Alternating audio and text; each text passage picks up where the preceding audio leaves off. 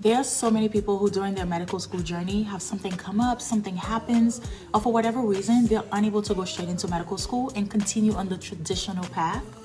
Maybe that's you. And guess what? That is okay too. Life takes turns. And if you're a nursing assistant, an EMT, a medical assistant, or a medical scribe, but you want to become a doctor, this is not the end. You actually have something in your advantage.